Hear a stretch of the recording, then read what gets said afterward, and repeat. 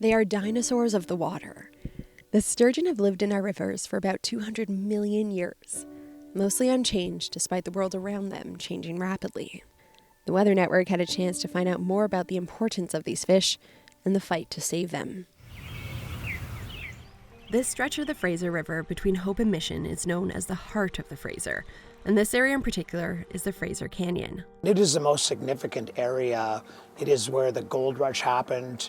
It is the birthplace of British Columbia. Dean Work has been a fishing guide on the Fraser for over 4 decades. I'm a knowledge keeper. I can show you the whole model of an exact sturgeon. While we make our way out to the perfect spot to cast a line, Dean shares with us the legend of the sturgeon.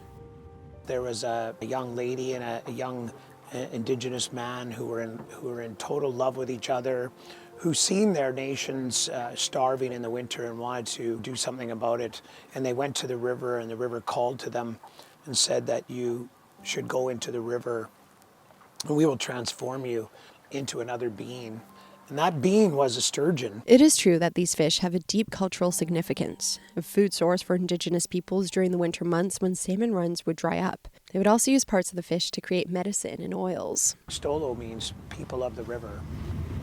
Soon we stop the boat, shut off the engine, bait and cast a line, and then we wait until the rod starts to shake. It is a perfect sample. Come over here and then you can see it in the water. Gosh.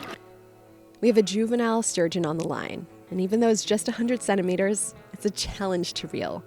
I couldn't imagine catching an adult fish because they live to be over 120 years, and they never stop growing. In fact, a full-grown sturgeon can be as long as a killer whale. Once on the boat, Dean scans the fish and takes some notes that will later be shared with the BC government. This fish is already tagged, but if it wasn't, Dean would add a tag to the fish so that it could be tracked in the future.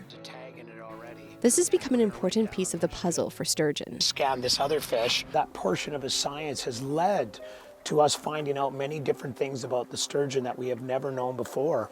Sturgeon numbers have been on the decline. During its peak harvest in the 1890s, there were 500,000 kilograms of catches per year. When they closed the commercial industry in 1994, catches were as low as 5,000 per year. Dean believes that this catch and release program is helping them understand why their numbers are declining and what can be done to help them. Every single portion of this habitat is important to these sturgeon. And if we can improve the habitat in the future, these fish should be able to thrive for centuries to come.